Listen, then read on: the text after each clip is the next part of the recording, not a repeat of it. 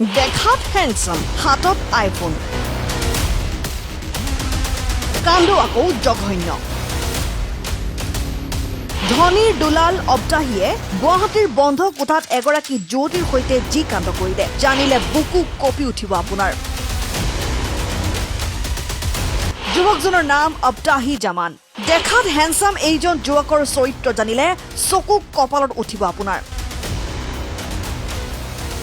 কামপ্ৰেমৰ চলনাৰে যুৱতী আৰু নাবালিকাক অপকৰ্ম কৰাৰ অভিযোগ যুৱকজনৰ বিৰুদ্ধে এই যুৱকজনক আপুনি ভালদৰে চাই লওক মনত ৰাখক এইজনৰ চেহেৰাটো যুৱকজনৰ নাম অব্দাহী জামান দেখাত হ্যান্ডসাম এইজন যুৱকৰ চৰিত্ৰ জানিলে চকু কপালত উঠিব আপোনাৰ কাম প্ৰেমৰ চলনাৰে যুৱতী আৰু নাবালিকাক অপকৰ্ম কৰাৰ অভিযোগ যুৱকজনৰ বিৰুদ্ধে এই যুৱকজনৰ পিতৃ এগৰাকী প্ৰতিষ্ঠিত ব্যৱসায়ী পিতৃৰ টকাৰ বলত বহু যুৱতীৰ জীৱন ধ্বংস কৰা অব্দাহী জামান অৱশেষত পৰিল দিছপুৰ আৰক্ষীৰ জালত হিন্দু যুৱতী নাবালিকাক প্ৰেমৰ চলনাৰে নিজৰ অসৎ চৰিতাৰ্থ পূৰণ কৰা এই অভিযুক্তজন হৈছে প্ৰতিষ্ঠিত ব্যৱসায়ী ৰাণা জামানৰ পুত্ৰ অব্দাহী জামান পিতৃৰ টকাৰ বলত বলিয়ান হৈ বহু যুৱতী নাবালিকাৰ জীৱন ধ্বংস কৰাৰ অভিযোগ আছে অব্দাহী জামানৰ বিৰুদ্ধে সামাজিক মাধ্যমত যুৱতীসকলক প্ৰথমে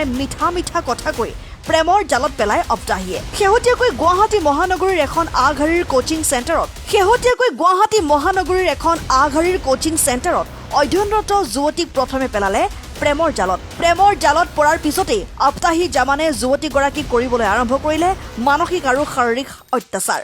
আনকি যুৱতীগৰাকীৰ এটা আঙুলি কাটি দিয়াৰো অভিযোগ উত্থাপন হৈছে অব্দাহীৰ বিৰুদ্ধে ইয়াতেই ক্ষান্ত নাথাকি তৰুণ নগৰত থকা যুৱতীগৰাকীৰ সৈতে ভাড়া ঘৰতে অব্দাহী জামানে কৰিলে জঘন্য কাণ্ড অৱশেষত উপায়ন্তৰ হৈ যুৱতীগৰাকীক কাষ চাপে দিছপুৰ আৰক্ষী আৰু অব্দাহীৰ বিৰুদ্ধে দাখিল কৰিলে এজাহাৰ যুৱতীগৰাকীৰ এজাহাৰৰ ভিত্তিত 29/26 নম্বৰত এক গোচৰ ৰুজু কৰি গ্ৰেপ্তাৰ কৰে অব্দাহী জামানক ইফালে পুত্ৰ অব্দাহী জামানক গ্ৰেপ্তাৰ কৰাৰ পিছতেই পুত্ৰক ৰক্ষণাবেক্ষণ দিবলৈ এইদৰে দিছপুৰ থানালৈ আহিল Rana Zaman news desk report N24 Assam